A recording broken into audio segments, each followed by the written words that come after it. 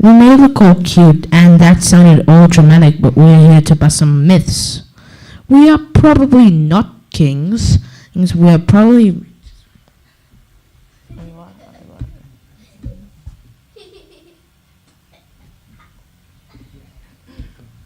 We are probably not kings, and probably more than 3, more likely an entourage, and probably not from Orient.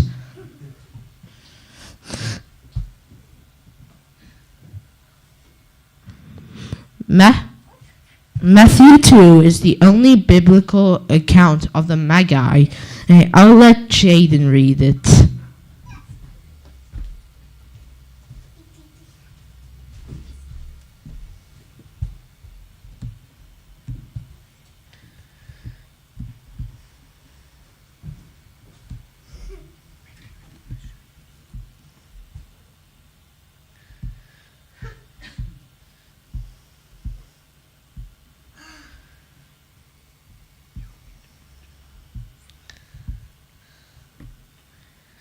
After Jesus was born in Bethlehem in Judea, during the time of King Herod, Magi from the east came to Jerusalem and asked, "Where is the one who has been born King of the Jews?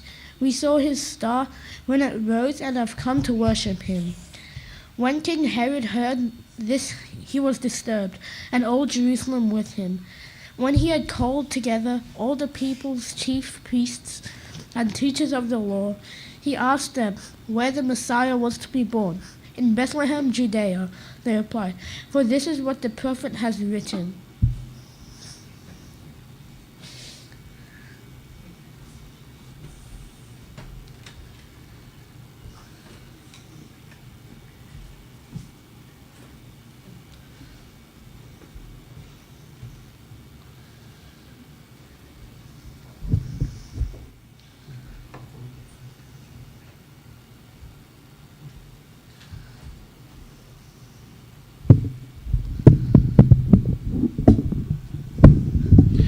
We're not sure if he's going to read, but here we try.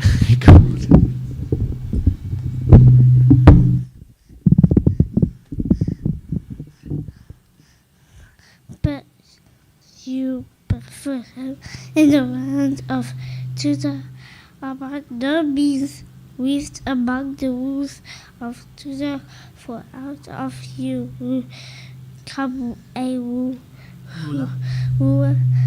who will shepherd my people Israel."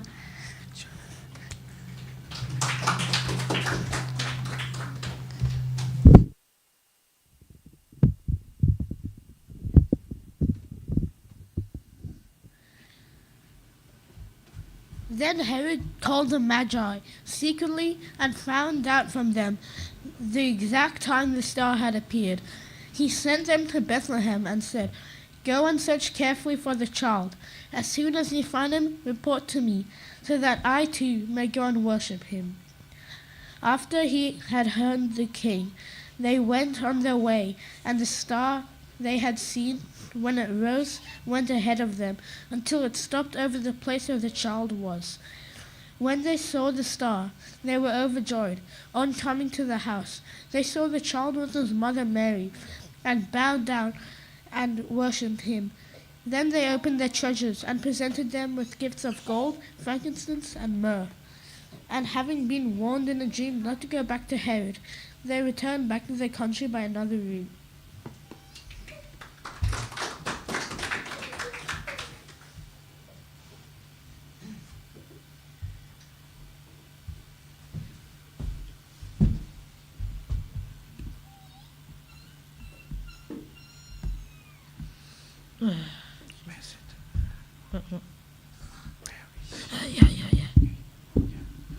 Note that Jesus was a child and not a baby when the Magi reached him, and he was in his house, not a manger.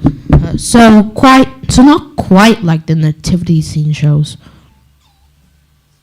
Okay. There are 3 popular suggestions who the Magi are: Babylonian astrologers, Persian priests, and Chinese mystics, but that's a much later tradition. But this is what history tells us on when the empire ruled.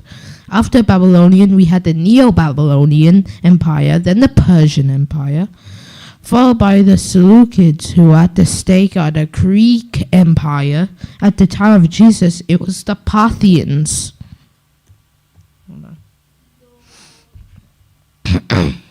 Next in our investigation, let's look how the word Magi was used through history. Firstly, it was used to refer as a tribe, an actual ethnic group. Then Persian priests. And later, in the time of Jesus, it was more broadly used as magicians, as you can look up in these scriptures. A famous audience relief from the treasury at Peripolis shows what a magi looked like at the time of the Persian Empire. Here's a magi picture showing behind King Xerxes, who is standing behind King Darius, seated on the throne. But biblical archaeologists suggest a lot of a likely candidate for the magi. Nabatean wise men. Gee. Okay. Okay. The evidence for this is 1. Nabatea was an independent empire in Arabia. At the time of Jesus was in east of Judea. 2. Nabatea had long-standing ties with Herod the Great. Herod's mother was from Nabatea. 3. They were renowned traders, particularly of frankincense and also myrrh, and they were known to have gold in their land too, making them likely candidates for giving such gifts. 4. Due to trade, they traveled long distances, most likely at night due to the heat, and so they would have understood astronomy. This is a quote from Justin Mera in 155 AD. Mentioning that the Magi were from Arabia. Wouldn't that be interesting if the Arabians sought out and worshipped Jesus? But whoever the Magi were, we sure know that they were Gentiles and challenged the hearts of the Jewish wise men who knew the scriptures but yet failed to recognize and accept and worship the Messiah. They were also a testimony to the Messiah, having come to all people and nations to God. Amen.